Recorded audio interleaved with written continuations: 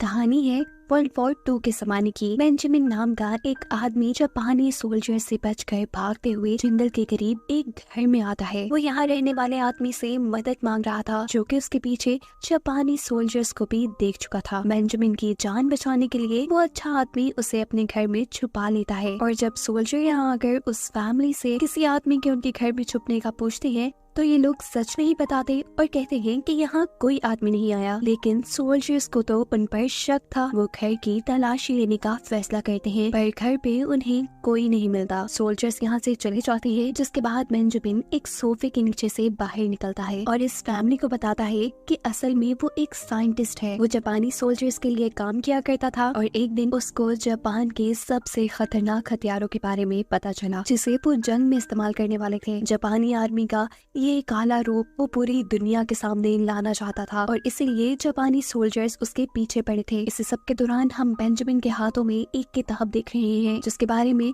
वो किसी से भी बात नहीं कर रहा। वो अब इस फैमिली से कुछ और दिन यहाँ पे रहने की इजाजत मांगता है और ये लोग मान भी जाते हैं। और कुछ दिन गुजरने के बाद दोबारा जापानी सोल्जर्स इनके घर की तलाशी लेने आ जाते हैं। सोल्जर्स को दूर से आता देखते हुए वो आदमी अपनी वाइफ को बेंजामिन को छुपाने को कहता है, जिसने बेंजामिन को अपनी बेटी के रूम में छुपाया था। जापानी कर्नल अब फैमिली से इन्वेस्टिगेशन में लग जाते हैं और उन्हें बताते हैं कि मुझे लाई डिटेक्टर से कम ना समझो, मैं इंसानों के बिहेवियर से उनका झूठ पकड़ लेता हूँ। जाहिर सी बात थी, ऐसी बातें करके कर्नल उसको डराना चाह रहे थे और ये फैमिली डर भी चुकी थी। उनका इन्वेस्टिगेशन करने का स्टाइल भी काफी चेंज था। वो बच्ची के साथ कार्ड खेलना शुरू करते हैं और गेम के रूल्स सिखाते हुए वो बच्ची से कहता है कि अक्सर लोग इस गेम में गलती कर जाते हैं। वो जानते भी हैं कि उनके कार्ड्स अच्छे नहीं हैं, लेकिन वो फिर भी क्लोज नहीं करते। यानी कि कर्नल इन्हें हिंट दे रहे थे कि सारी सच्चाई साफ साफ बता दी, पर इनमें से कोई अपना मुंह नहीं खोलता। कर्नल जब यहाँ से जाने ही वाले होते हैं तो इन्हें छत में से कोई आवाज आती है। वहीं पे तो असल में बेंजामिन छुपा हुआ था और गलती से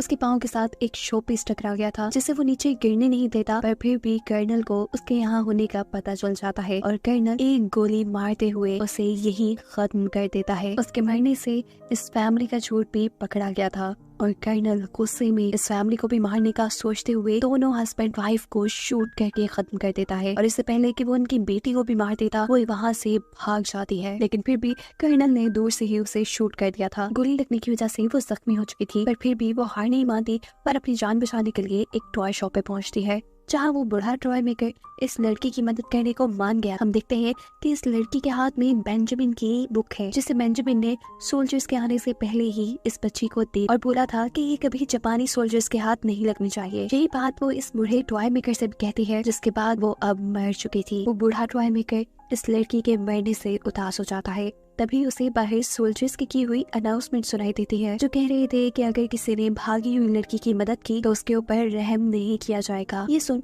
वो टॉय मेकर और भी ज्यादा डर जाता है और रात के अंधेरे में इस लड़की की डेड बॉडी को एक वीरान जगह ले जाकर जमीन में दफना देता है। सुबह होती है, हम टॉय मेकर को उसकी शॉप पे देख रहे हैं, जहाँ वो अपनी ही बनाई डॉल से बात कर। वो इन डॉल्स को खुद बनाया करता था और बिल्कुल अपने बच्चों की तरह मानता था, पर अब जंग की वजह से कोई भी उसकी डॉल्स नहीं खरीद रहा था। उसकी शॉप पे एबिगेल नाम की एक लड़की भी काम करती थी, जो उससे जॉब छोड़ने का कह रही थी, क्योंकि काफी टाइम से टॉय मेकर ने उसकी पे नहीं दी थी। पर टॉय मेकर एबिगेल को अपनी बेटियों की तरह मानता था। वो किसी तरह उसे ये जॉब कंटिन्यू करने के लिए बना लेता है। खैर अब रात में वो बेंजामिन की किताब खोलता है, जो उसे उस लड़की से मिली थी। इस बुक के अंदर कोई बम बनाने का फॉर्मूला नहीं था, बल्कि हैरान तौर पर कुछ जादुई स्पेल्स लिखे हुए थे। दूसरी तरफ दिखाया जाता है कि कर्नल को ये रिपोर्ट मिली है कि वो लड़की उन्हें कहीं नहीं मिली, जो सुन कर्नल गुस्से में आ जाते हैं और घरों की तलाशी लेकर पाताल में से भी उस लड़की को निकालने का हुक्म देते हैं। यहाँ टॉय मेकर को इसी किताब के अंदर से एक ऐसा स्पेल मिला है, जिसकी मदद से वो बेजान चीजों को भी जिंदा कर सकता। टॉय मेकर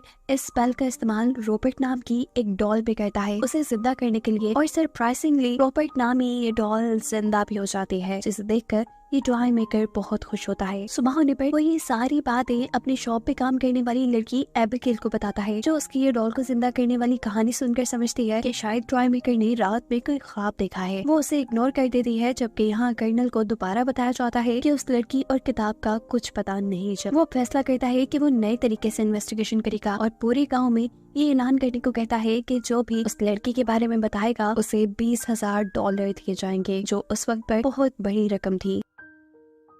नेक्स्ट सीन में जब एबिगेल बड़े ही मजे से बुक पढ़ रही थी तो अचानक ही उसके सामने रॉबर्ट नामी वो डॉल आ जाती है जिसे रात में टॉय मेकर ने जिंदा किया था। वो एबिगेल के ऊपर एक पेंसिल से हमला करने वाली थी। एबिगेल उससे बचते हुए जोर से चीख मारती है और यहाँ पर फाइनली टॉय मेकर आकर उसकी जान बचा लेता है। यहाँ हम नोटिस करते हैं कि रॉबर्ट नामी ये डॉल टॉय मेकर की सारी बातें मान रही थी। इस वक्त एबिगेल को भी यकीन आ गया था कि टॉय मेकर ने डॉल को जिंदा करने वाली सारी कहानी उसे सच सुनाई थी। टॉय मेकर इसी कहानी को कंटिन्यू करके एबिगेल को बताता है कि ये किताब उसे एक जख्मी लड़की से मिली थी जो जापानी सोल्जर्स से बचते हुए उसकी शॉप पे आई थी। टॉय मेकर ने अभी एबिगेल को ये नहीं बताया था कि वो जख्मी लड़की मर चुकी है और उसने उस लड़की को दफना भी दिया है। सारी कहानी सुनने के बाद एबिगेल उससे कहती है कि ये सब तो ठीक है कि रॉबर्ट ने मेरे ऊपर ही हमला क्यों किया, जिसका टॉय मेकर जवाब देता है कि शायद ये मेरी इमोशंस पे चलती है। तुमने जॉब छोड़ने की बात की थी इसलिए मुझे गुस्सा आया हुआ था और इसीलिए शायद डॉन ने तुम पर हमला किया। जो भी था, एबिगेल इन सारी चीजों से बहुत ज्यादा डर चुकी थी। वो ये भी जानती थी कि रॉबर्ट बहुत ज्यादा खतरनाक है, इसीलिए वो जॉब छोड़ने का फैसला अब अपना कंफर्म कर देती है। उसके जाने से वो दुखी तो था पर अचानक उसे ख्याल आता है कि उसके पास तो जादुई डायरी है और उसे अब अपनी तन्हाई दूर करने के लिए किसी इंसान की जरूरत नहीं है। इसीलिए वो अपनी 2 और डॉल्स को जिंदा कर लेता है। यहाँ कर्नल को खबर मिलती है कि एक एबिगेल नामी लड़की पैसों के बदले उस लड़की की सारी इंफॉर्मेशन देने को तैयार है जिसे असल में कर्नल और जापानी सोल्जर्स ढूंढ रहे हैं। कर्नल फौरन उसे अपने पास बुलाते हैं। एबिगेल कर्नल को वही सारी कहानी सुनाती है जो उसे टॉय मेकर ने सुनाई थी कि कैसे एक जख्मी लड़की टॉय मेकर के घर पे आई थी और उसने टॉय मेकर को एक किताब दी। ये सारी बात बताने के बाद एबिगेल चाहती थी कि उसे प्राइज मनी दे दी जाए, लेकिन यहाँ कर्नल प्राइज मनी की जगह उसकी जान ही ले लेते हैं। सीन कट होकर दिखाया जाता है कि जापानी सोल्जर अब टॉय मेकर के घर पहुंच चुके थे। वो टॉय मेकर को बेहोश कर देते हैं। एक सोल्जर उसे हेडक्वार्टर ले जाने का फैसला करते हुए दूसरे सोल्जर से कहता है कि तुम इस जगह को जला डालो। ये सोल्जर मान जाता है और इस शॉप को जलाने के लिए यहाँ पर फ्यूल डालने लगता है। तभी पीछे से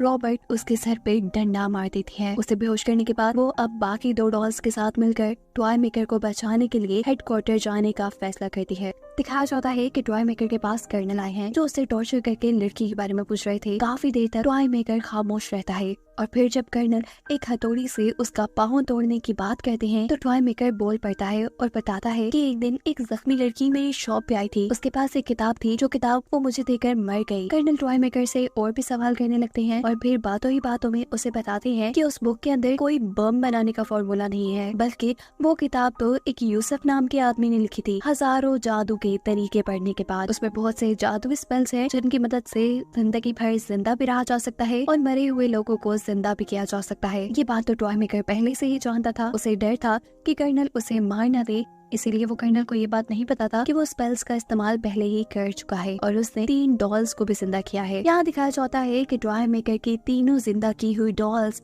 इस हेडक्वार्टर तक पहुंच चुकी हैं, जिनकी भनक सोल्जर्स को भी हो जाती है। एक सोल्जर जब चेक करने के लिए वहां जाता है तो एक डॉल बिना वक्त जाया किए उसका गला पकड़कर काट देती है, जिसके बाद दूसरी डॉल कर्नल के रूम की तरफ बढ़ती है जहां मेजर बैठे हुए थे। मेजर चलती हुई इस डॉल को देखकर बहुत ज्यादा डर चुके थे। वो अपनी गन से बहुत मरतबा इस डॉल पे हमला करते हैं पर ये डॉल नहीं मरती और आखिर मेजर का भी गला काट के उन्हें मार देती है, जिसके बाद ये तीनों इंटेरोगेशन रूम की तरफ बढ़ते हैं ताकि वो टॉय मेकर को बचा सके, जहाँ कर्नल पहले से ही टॉय मेकर को मारने के लिए अपनी गन निकाल चुका है। इससे पहले कि वो टॉय मेकर को मार देता, पीछे से रॉबर्ट आकर उसकी टांगों के ऊपर हमला कर देती है। इन 3 जिंदा डॉल्स को देखकर कर्नल भी बहुत ज्यादा डर चुके थे। ये तीनों डॉल्स मिलकर कर्नल को स्टैब करना शुरू कर देती हैं और ये देखकर टॉय मेकर बहुत ज्यादा खुश होता है कि उसकी बनाई डॉल्स बच्चों की तरह उसको बचाने के लिए आई थी। जख्मी हालत में कर्नल अब ये जान चुके थे कि वो जिंदा नहीं बच पाएंगे, इसीलिए वो रॉबर्ट नामी डॉल से कहते हैं कि बस मुझे यहीं मार दो। रॉबर्ट भी उसकी बात मानते हुए उसी की गन उठाकर आखिर में उसी को शूट कर देती है। ये सब कर्नल को उसके बुरे कामों की सजा मिली थी। अभी तीनों डॉल जैसे ही टॉय मेकर की तरफ बढ़ती हैं तो दिखाया जाता है कि वो भी बहुत बुरी हालत में है। वो मरने के बिल्कुल करीब था और ऐसी हालत में वो अपनी तीनों डॉल्स को हमेशा एक साथ रहने को कहता है और फिर मर जाता है। उसे मरता देखकर ये तीनों डॉल्स भी उदास हो चुकी थी। वो रो रही थी और इसी टाइम पर इजाबेल नामी एक डॉल को एक आइडिया आता है। वो जादुई किताब को खोलती है और मरने वालों को जिंदा करने के स्पेल्स पढ़ते हुए वो टॉय मेकर को जिंदा कर लेते हैं। जिंदा होने पर टॉय मेकर भी अजीब तरीके से हंस रहा था और ये तीनों डॉल्स भी खुश थी। जिसके बाद कहानी के आखिरी सीन में हमें दिखाया जाता है कि टॉय मेकर एक सूटकेस में इन तीनों डॉल्स को लेकर कहीं जा रहा है। उसके चेहरे पे आई एवल स्माइल ये बता रही है कि उसके इरादे ठीक नहीं है। और इसी के साथ ये कहानी यहाँ खत्म हो जाती है।